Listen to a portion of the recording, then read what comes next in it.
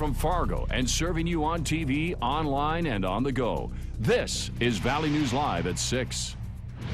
We begin tonight with the very latest on the Aaron Knodel trial. Thank you very much. Now, despite deliberating all day, the jury was unable to reach a verdict. Knodel is accused of having a sexual relationship with a student in 2009. The jury got the case yesterday afternoon, is expected to continue deliberating tomorrow morning. If convicted on all charges, Knodel could be sentenced to up to 35 years in prison. We'll keep you updated online on valleynewslive.com. Special election day is underway and more than 8,000 people have already cast their vote. You still have a couple of hours left to choose between two candidates for Fargo City Mayor, Acting Mayor Tim Mahoney and candidate Brad Wimmer. Valley News Team's Krista Boehm joins us with a look at the numbers, and some of them may surprise you. Krista? Using a new system, Cass County can see in real time how many people have voted in each polling place. That number can be broken down instantly into different age brackets. There's been a steady flow of voters all day, but numbers in the lower age groups are still lacking. We found that only 212 18 to 24-year-olds have gone out to cast their vote. But the number grows from there, with around 700 people from 25 to 34 to cast their vote. The highest number, 55 to 64-year-olds, with 2,123 votes. This new system is already showing Cass County it needs more education about voting to appeal to a younger group of voters. We have to kind of target a younger audience, and you know, we will have to do some Facebook, we'll have to do some maybe Twitter or those types of things, rather than the traditional get out the vote campaigns through the paper media and websites. 15,000 people are expected to come to the polls today, and so far, with early voting included, more than 12,000 people have voted. Steph? All right, thanks, Krista. And voters are also deciding on one of 6 candidates to take the open commission seat, along with a charter change. Here's a list of all the polling places. Once again, they're open till 8. The list is also available on valleynewslive.com. One person's at the hospital tonight with injuries that a police officer at the scene described as serious. The injured was working at an apartment building under construction going up at 815 34th Avenue East in West Fargo. That's just off of Veterans Boulevard and south of 32nd Avenue. A construction worker told us that a crane used to lift materials collapsed on the worker around 4 o'clock. Police say the injured was employed by Lohr's Construction. No name has been released. After a little rain this morning and any fog burned off, today's weather has been enjoyable. Let's turn it over to Hutch to find out what tonight has to offer. Hutch? Thanks so much, Mike. This evening we are enjoying a beautiful day. We've cooled off, but only a few degrees after the cool front brought 0.13 of an inch of rain to the Fargo area. Here's a look at current temperatures. We have leaped up into the upper 60s now, 63 in Fergus Falls, and all of the rain showers moving out towards Waterloo, Iowa for this evening. Expect temperatures to stay in the 60s for the next couple of hours, quickly falling into the 50s because we are so dry and light winds. A very enjoyable evening in the making. We do have a chance at some more rain showers in the upcoming forecast, and that's a good thing to help this greening trend continue. 1/10 of an inch in my rain gauge, which is in South Fargo, so I could use some more. A good dose.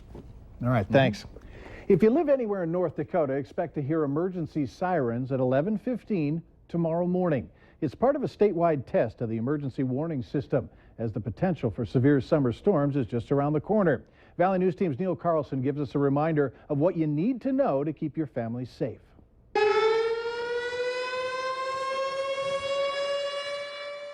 Our region is no stranger to violent weather. In June of 2010, dozens of tornadoes sprang up around the valley. Some of them were deadly.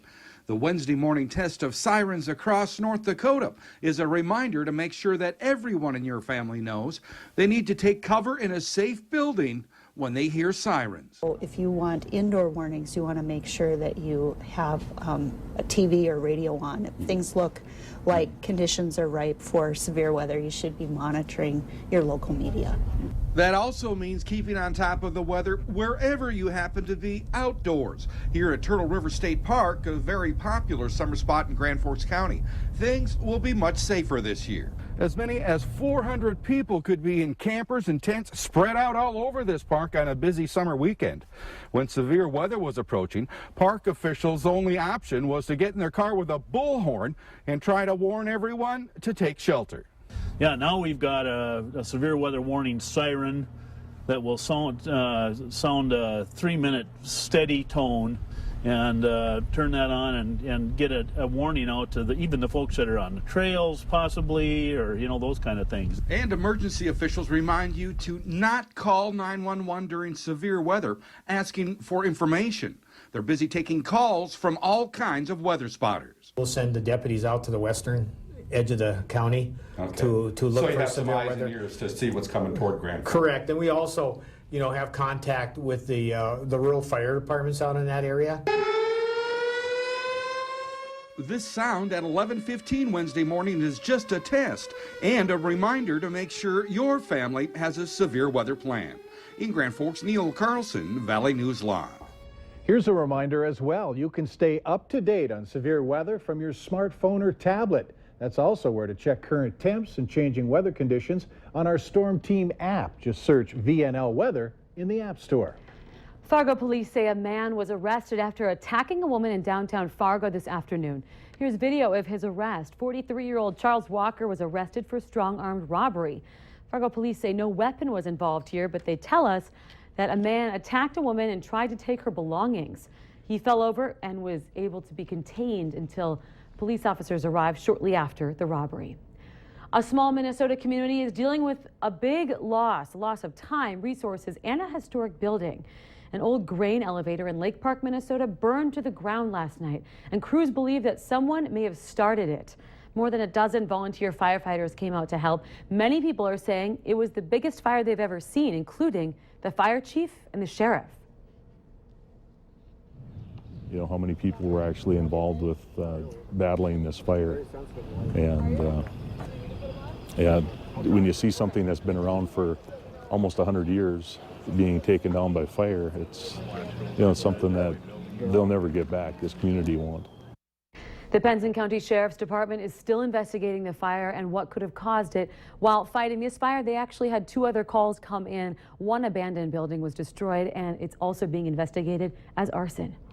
More allegations have surfaced against the North Dakota Veterans Home following our story on a 97-year-old vet kicked out of home in Lisbon. Now, the phone calls, emails, and social media messages have been flooding into our newsroom. And tonight, Valley News Team's Bradford Eric continues pressing officials for answers. Tonight, he sits down with one woman who fought to get her husband out. Marlene's husband, Vern, got sick a few years ago, needing more care.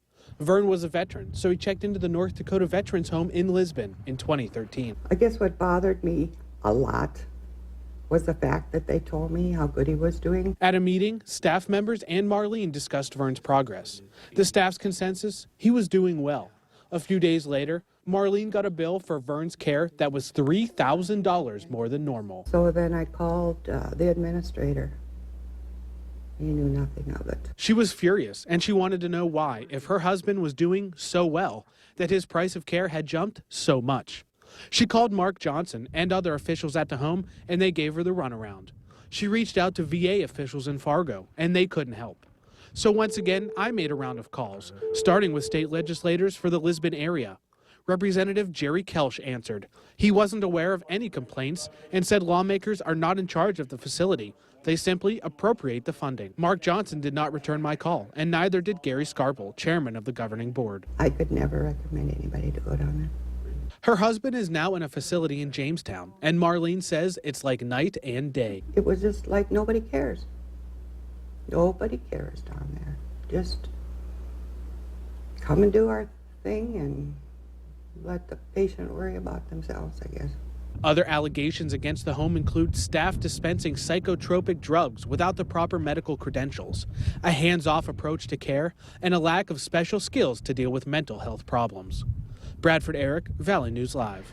Now, please continue reaching out to us if you've experienced problems with the North Dakota Veterans Home. Remember, Valley News Team's Bradford Eric will be attending the next meeting of the governing board in July, and he's continuing to uncover just what goes on at the North Dakota Veterans Home. If you want to watch last night's story, head to valleynewslive.com, and it's on our homepage. Well, the hard work of one Fargo teacher was recognized today as Matthew Myrold, a special education teacher at Carl Ben Eielson Middle School, was named Fargo's Teacher of the Year. It's an award that honors a teacher who serves the district's students and families through excellence. Superintendent Dr. Jeffrey Schatz made the surprise announcement during an assembly this afternoon to all student staff and invited guests.